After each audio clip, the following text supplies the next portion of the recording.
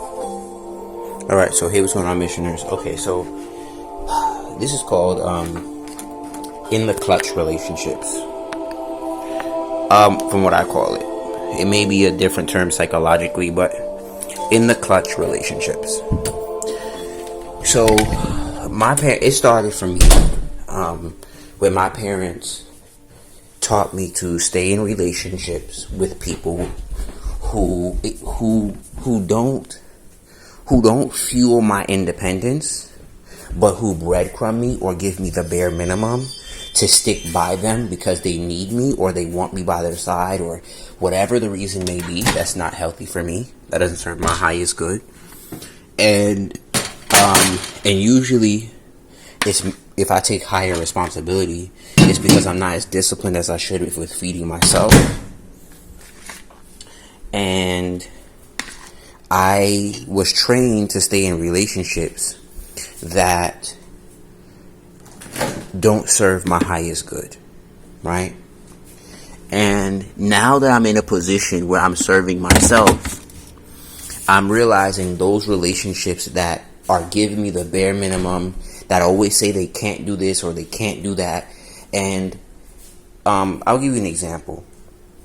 I had a friend who I was doing magic behind the scenes to help her recoup money and help her do this and help her do that. And she's getting a check and she's not even doing a $20 hey, here's $20 because I just want to thank you for looking out for me. Here's $50. Here's your rent for 1 week. And I said, I paid over $2,000.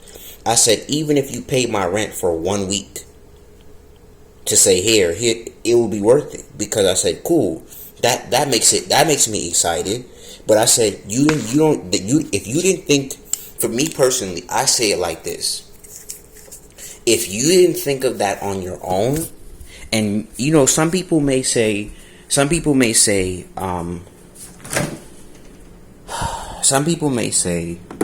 I know what I did do though. What I did was wrong.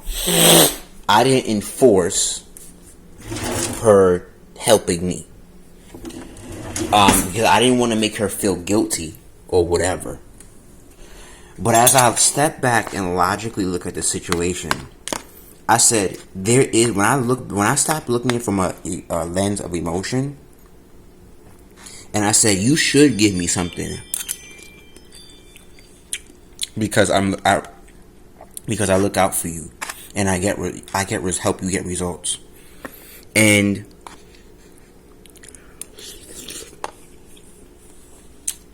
doing it off the strength of friendship is not enough for me anymore.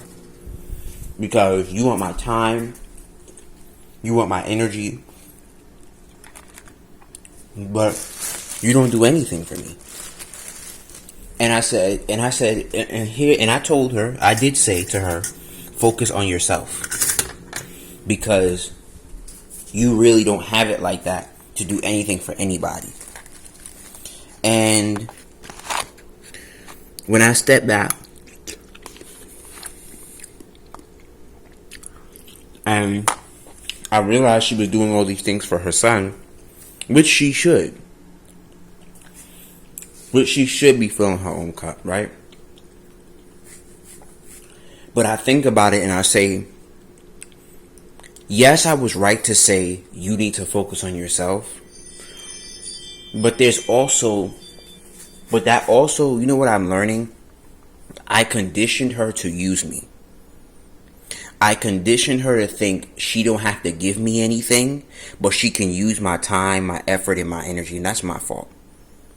I conditioned her to think that it's okay to get my benefits, but give me very little to nothing in return and string me on hope.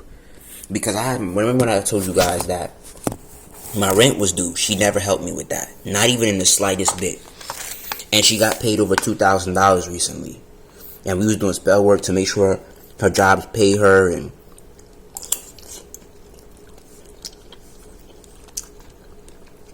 all that other stuff. Pay her on a decent amount of time.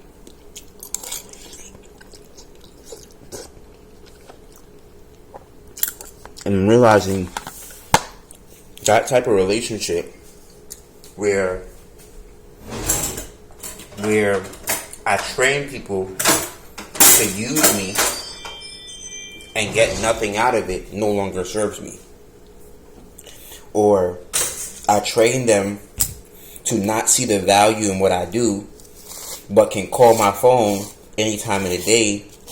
Because you know what's crazy? Eric Thomas said something in a recent video. He said, you have your friends call you all day and night for free, and they're not getting paid for that. They playing you.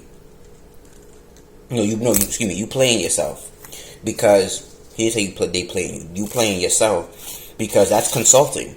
People get paid for that. And I'm not saying, and in a general sense, you could say you're not always going to get the blessings from the person. But in this situation, I learned it's not about the money. It's about the gesture. It's about the consideration. And I realize when she keeps attracting these men who are doing the bare minimum, it's because she does the bare minimum. And then she does these extravagant gifts, like for people who don't do nothing for her, where they act a fool and all this other stuff. And I'm like,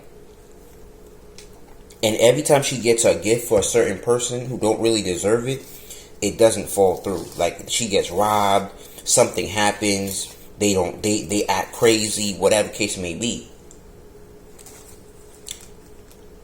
And I think to some extent she's a poor judge of character, because she does all these wonderful things for people who flake on her, who make her feel a type of way, and don't really do nothing for her on a day-to-day basis. They just tell her all the sweet nothings that she wants to hear, and they give her some comfort and some status, and they're in, right?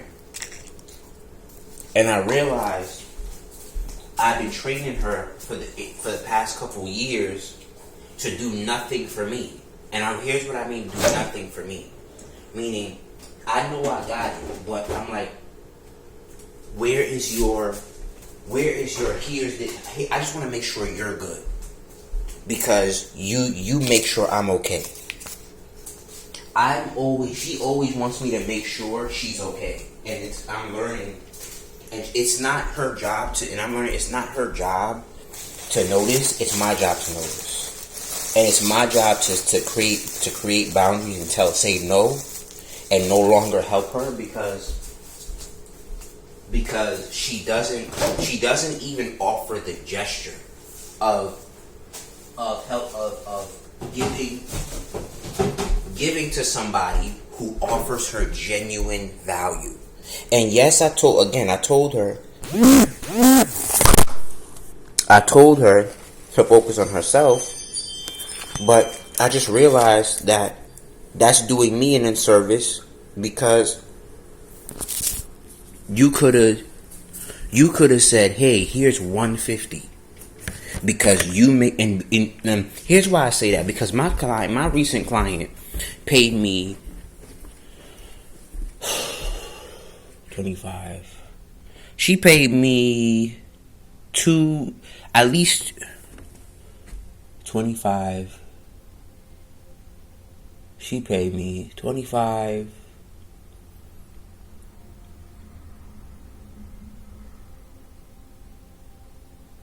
$75. She paid me $300+ for a consultation, right? Because she valued my time, and because she's an attorney. So because she's an attorney and she really values time, she's like, yo, you gave me 3 hours instead of 45 minutes. And I appreciate you giving me clarity. You give me understanding. You give me wisdom. And she's the second person this year to pay me more because she values the fact that I took the time out of my day and I gave her more value than what she asked for.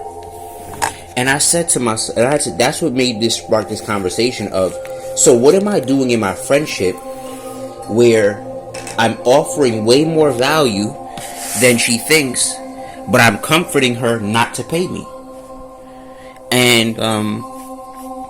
And that's where I realized I was teaching her to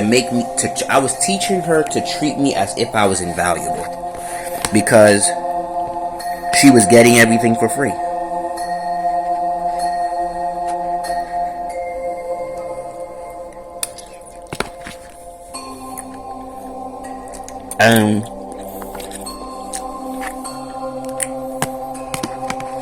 She always had access to me, and I can't do that anymore.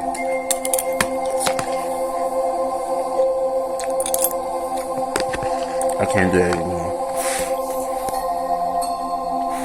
So this is part one of, well, no, this is what I would call an in the clutch relationship, where, and she said to me recently that